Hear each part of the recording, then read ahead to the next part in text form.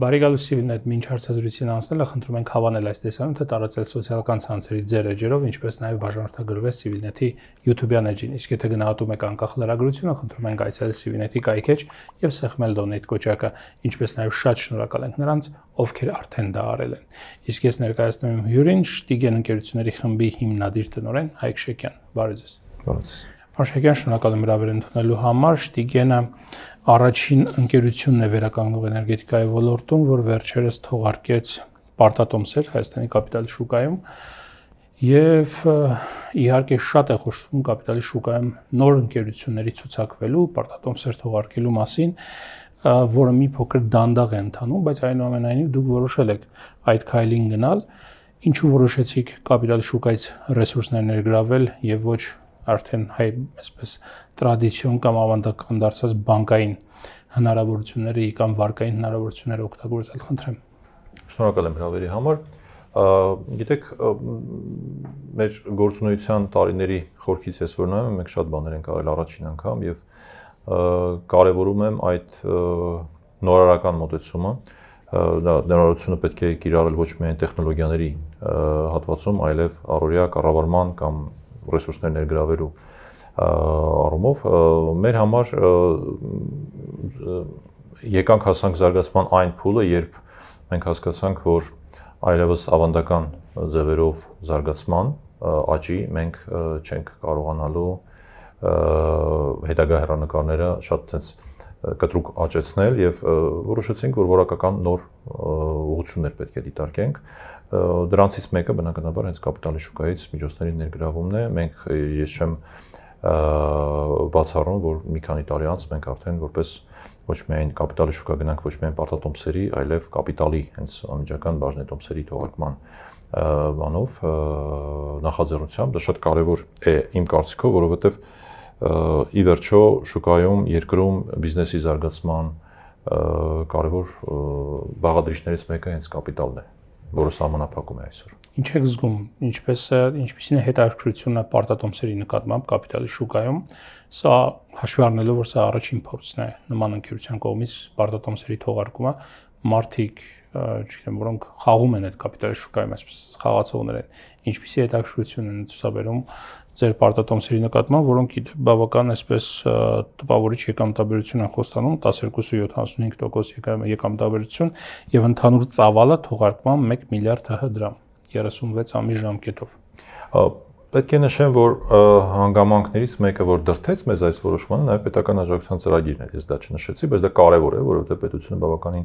էական ծախսի էական մասը վերցնում է իր վրա եւ այդ թողարկման առաջնային ծախսերի, տրանզակցիոն, այսպես կոչված ծախսերի կարևոր մասը գիտակցելով, որ մենք չենք կրելու, մենք նաեւ դա հանդիսացավ պատճառներից մեկը, որ մենք որոշեցինք, իսկ դուք շատ ճիշտ նշեցիք, առաջին փորձը ծախսի մասին է խոսքը մոտավորապես ընդհանուր ծախսատարության, ես թվերը կարող եմ սխալ ասեմ, որովհետեւ դա տարեկան մոտավորապես 100 միլիոն դրամի ծախսի մասին է մեր համար խոսքը գնում, որը էական է, համաձայնեք։ Եվ այդ առումով իրոք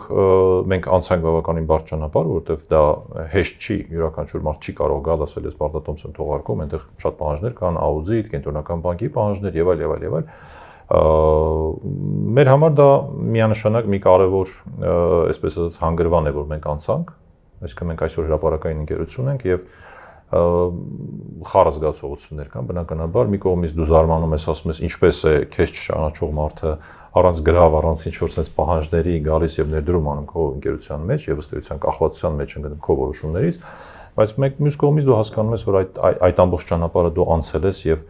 եւ այդ հանրային վստահությունը դու արդեն վայելում ես։ Առաջին փորձը անխոս ավելի բարդ է եւ կարծում եմ, որ Համենայն դեպս այս մոտ 20 օր առաջ ենք մենք թողարկումն իրականացել, 20-25 օր առաջ ենք թողարկումն իրականացել, այս պայմանությամբ մենք տեսնում ենք բավականին բարձր հետաքրքրություն մանավանդ ֆիզանձանց կողմից, որը նույնպես ուրախալի է։ Մարդիկ վստահում են շատ հաճախ եւ նաեւ ընկերություններին, իհարկե ընկերության մենեջմենտին, ամեն ինչին, բայց նաեւ թվերին եւ տվյալներին, որովհետեւ եթե ընկերությունը անցել է աուդիտ, եթե ընկերությունը անցել է պետական այդ անհրաժեշտ բոլոր ստուգումները եւ կարգավորումները, ուստի որոշակի արդեն վստահություն իր մեջ ներառում է, որ մարդիկ այնտեղ ներդրում կատարեն, ինչպես նաեւ եկամուտի ակնկալիքը, որը Հայաստանում շատ հաճախ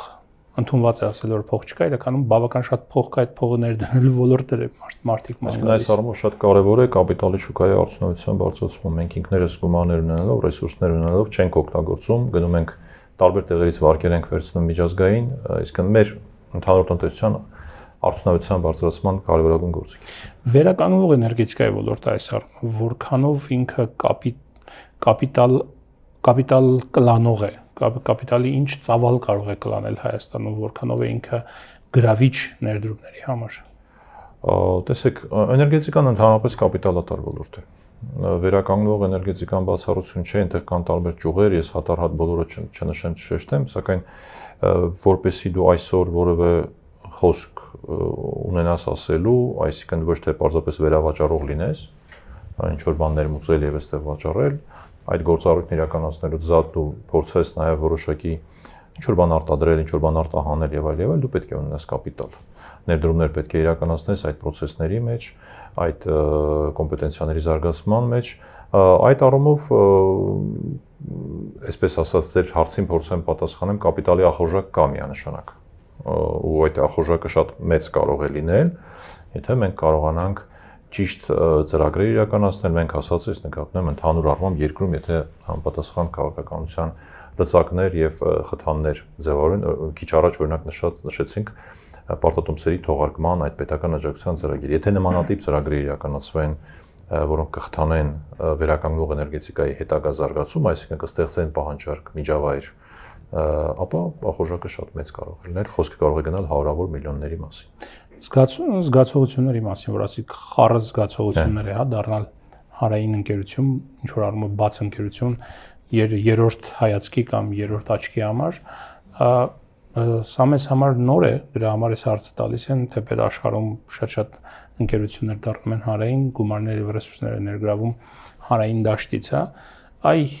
երբ որ դառնում ես արդեն հարային ընկերություն, հա, սա ինչ է, հավելյալ պատասխանատվություն է,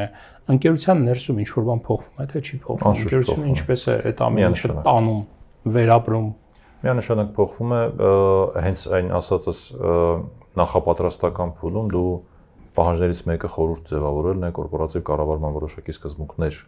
եւ քաղաքականություններ ներդնելն է, Շտիգեն ընկերության հիմնադրման օրվանից ես խնդիր եմ դրել, որ մենք պետք է լինենք թափանցիկ, սպիտակ։ Պետք է կառավարվենք հասկանալի սկզբունքներով։ Թեև մեր կյանքի էական մեծ ճանապարհը մենք անցել ենք շատ առումներով իմ միազնյա կառավարման ներքո, այդուհանդերձ ես երբեք չեմ խուսափել, հակառակը միշտ ձգտել եմ, որ այդ կորպորատիվ կառավարման սկզբունքները դրվեն եւ պարտատոմսերի թողարկումը հենց դրա ամենալավ առիթներից մեկն է։ Այսօր մենք ունենք բավականին պատկառելի փորձ եւ կյանքի ճանապարհ անցած մարդկանցից բաղկացած խորհուրդ եւ դա օգնում է ձևավորել հետագա զարգացման ռազմավարությունը, կան շատ բաներ, որ դու միայնակ միազնյա չես կարող հասկանալ, տիրապետել եւ այլ, իսկ այդ պարագայում արդեն որոշումների կայացումը դառնում է ավելի որակյալ, ավելի գշրված, ռիսկերով, պակաս, այսպես ասած, կտրուկ գործողություններով, դա միանշանակ ազդում է ընկերության կառավարման որակի վրա։ Չի ծանրացնում ընկերությունը։ Գիտեք, յուրաքանչյուր բան կարելի է անել այնպես, որ դուք ճիշտ եք ասում, այդ պոտենցիալ բացասական երևույթը կա, բայց դա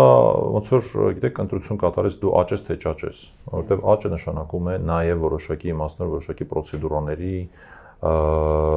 եւ կառավարման որոշակի նոր ավելի բարդ սկզբունքների տեղայնացում, ներդրում։ Հիմա դու դա կարող ես անել շատ արդյունավետ կամ պակաս արդյունավետ։ Ես կարող եմ օրինակ բերել ձեզ, ասենք, աշխարհի խոշորագույն ընկերություններից մեկի ղեկավարի խոսքերից, որ երբ որ հարցրեցին, թե դու ինչպես ես կառավարում, այդ հիերարխիկ քանի մակարդակ կա, այդ մարդն ասեց, միայն իմ տիրապետման ներքո կամ որոշումն իմ ղեկավարման ներքո 60 հոգի մարդ կա, դա կարծես հակասում է կառավարման սկզբունքներին, բայց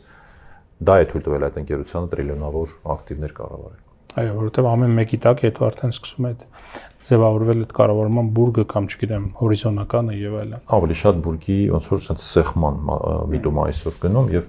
ժամանակակից տեխնիկական միջոցները թույլ են տալիս դա անել, կառավարման տեխնոլոգիաների զարգացումները։ Շատ լավ, պետության մասին խոսեցինք, պետության հետ համագործակցության, պետություն մասնավոր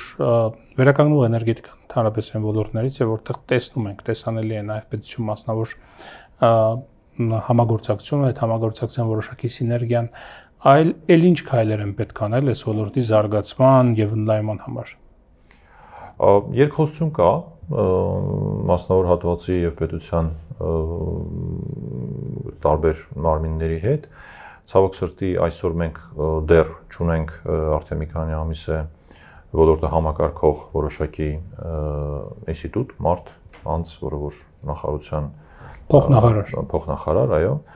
դա էապես խանգարում է ոլորտի զարգացմանը, որտեղ կարևորագույն որոշումները հետաձգվում են կամ սխալ որոշումների վտանգը, ռիսկը շատ ավելի բարձրանում է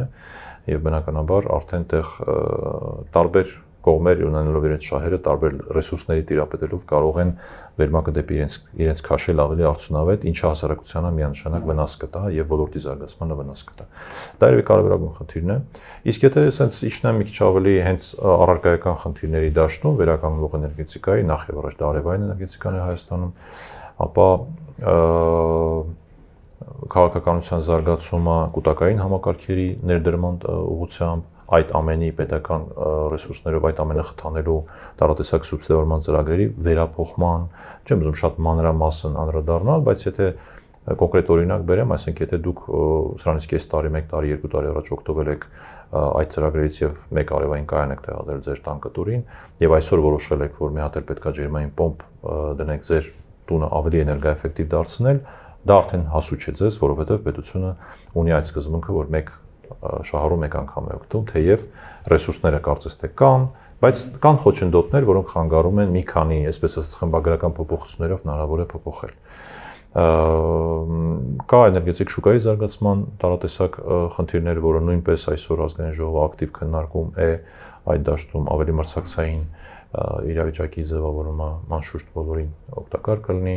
կան ենթակառուցվածքային զարգացման խնդիրներ, ենթադրենք Հայաստան, Վրաստան, Հայաստան, Պարսկաստան, Իրան, այդ բարձրավոլտ գծի այդ ծրագրի արագացումը, հիմա դա պետության դաշտում գտնվող խնդիրներ են,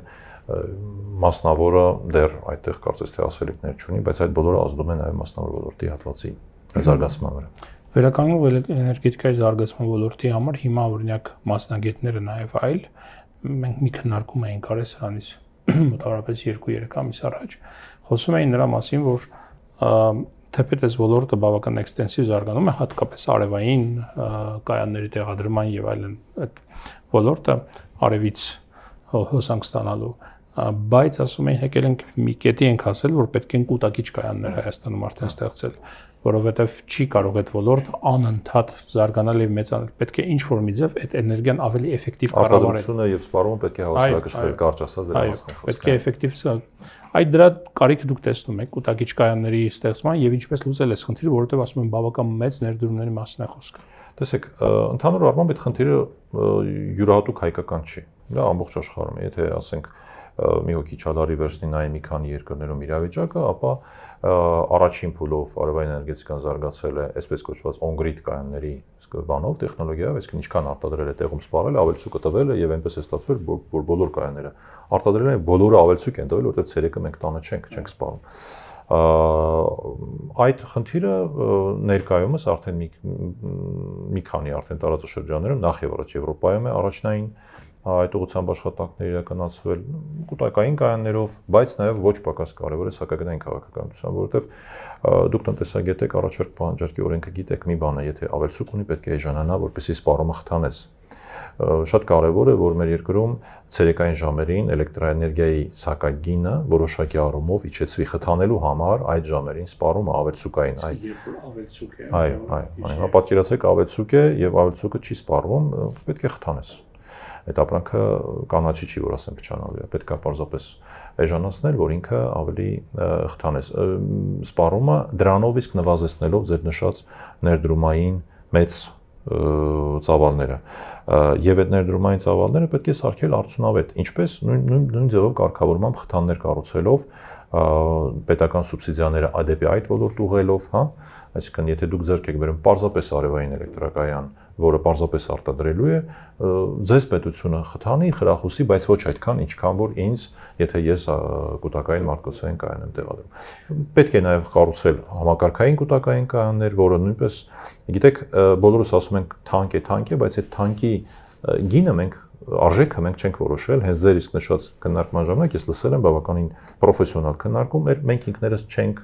տեսել, չենք հաշվել, թե մեր հասարակության վրա ինչքան է նստում ի վերջո հասարակությունը ինչքան է վճարում ներմուծվածի համեմատ, հա։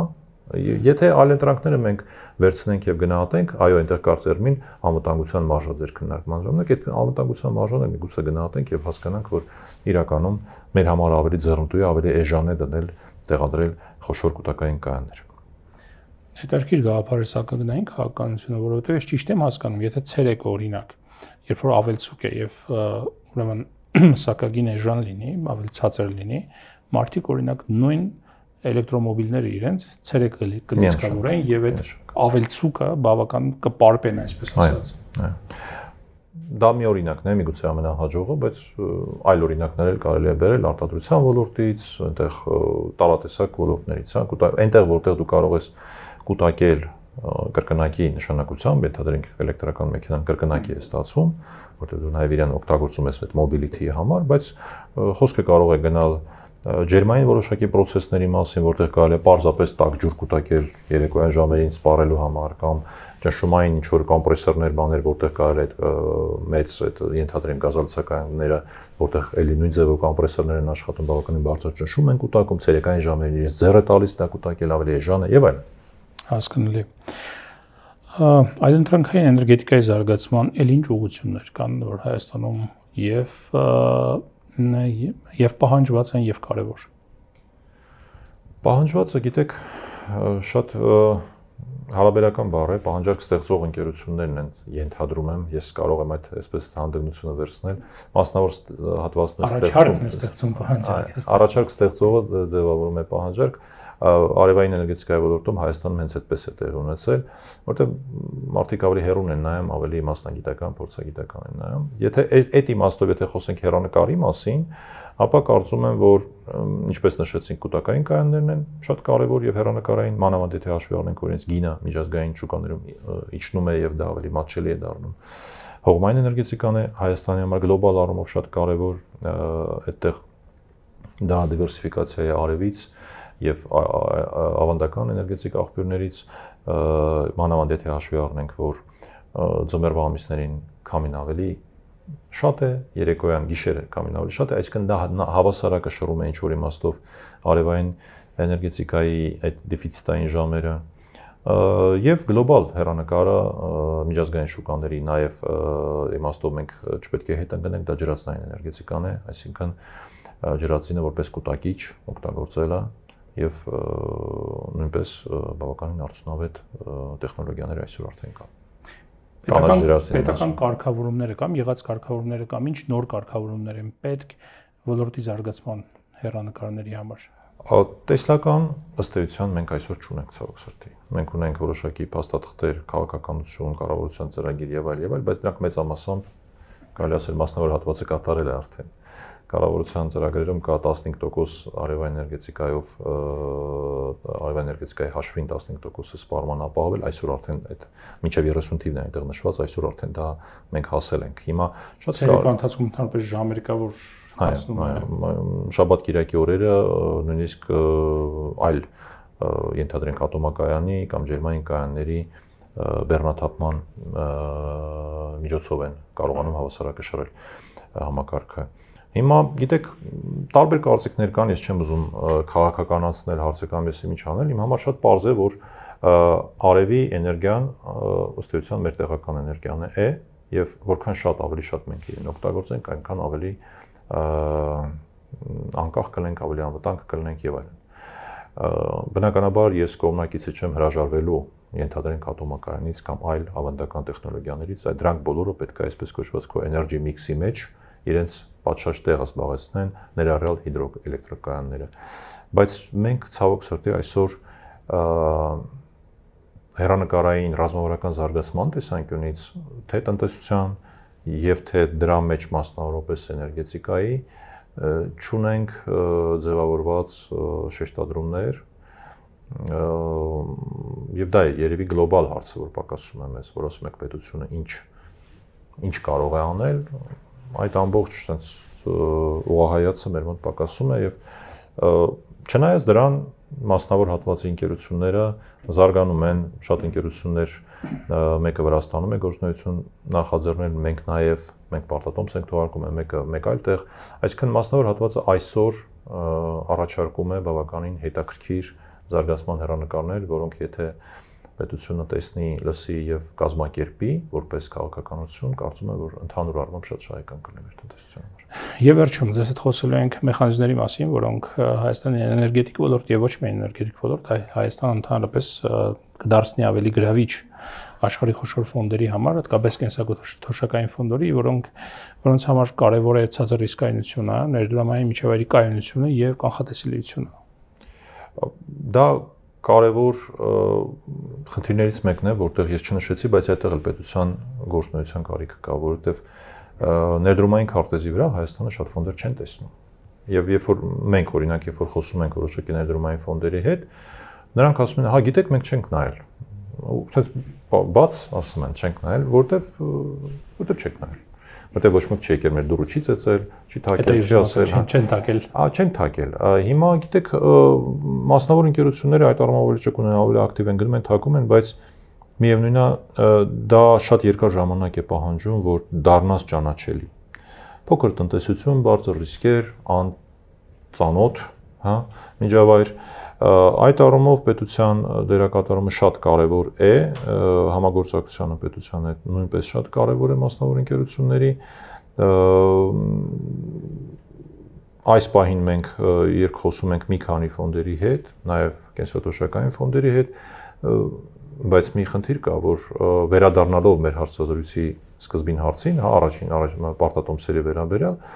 մենք ուզում ենք հասնել մի իրավիճակի, երբ որ հայ ներդրողը, ֆիզիկական անձ, իրավաբանական անձ, ֆոնդ, պետություն, ասի առաջինը Հայաստան, ասի Armenia First, ոնց որ ուրիշներն են ասում։ Շատ կարևոր է դա։ Տեղական ներդրողը։ Այո, որովհետև եթե մենք դա չենք անում, ուրիշները չեն անել։ Իհարկե։ Եվ այսինքն միջավայրին ծանոթ ներդրողը առաջին հերթին քո երկրում, այդ երկրում ներդրում չի կատարում, ասում է, ուրեմն ինչ որ բան կա, որ ես չարժի այդ քայլն անեմ, եւ տարօրինակ է իմ համար, երբ որ ես նայում եմ այդ ֆոնդերի քաղաքականությունը կարդում եմ, ծանոթանում եմ կամ ներկայացնում եմ որևէ հարգելի հարգարժան գործընկեր, ու տեսնում ես, որ իրենց առաջնահերթությունները ներդրումային կամ ռիսկ վերցնելու, risk taking հետախորժակները այնուամենայնիվ մեջքով դեպի Հայաստանն են ու հարցեր են առաջանում շատ բնական հարցեր, որը ես չեմ ուզում որը մեկի մեղադրեմ, ես պարզապես ասում եմ մենք թույլ ենք տվել այդ իրավիճակը եւ ժամանակն է թեքվել դեմքով դեպի Հայաստան եւ ներդրումներն են այստեղ։ Հենց այդ ներդրումների ծավալը ազդում է ռիսկայնության վրա, որտեղ մի բան է, երբ որ 10 հոգով գալիս են ներդրում են անում, մեկ այլ բան է, երբ որ մեկն է ներդրում անում։ Այդքան։ Շատ լավ։ Շնորհակալ եմ զրույցի համար։ Շնորհակալ եմ համար։ Սիրելի տաղավարում ես զրուցեցի Հայկ Շեկյանի հետ։ Առողջ եղեք։ Կհանդիպենք։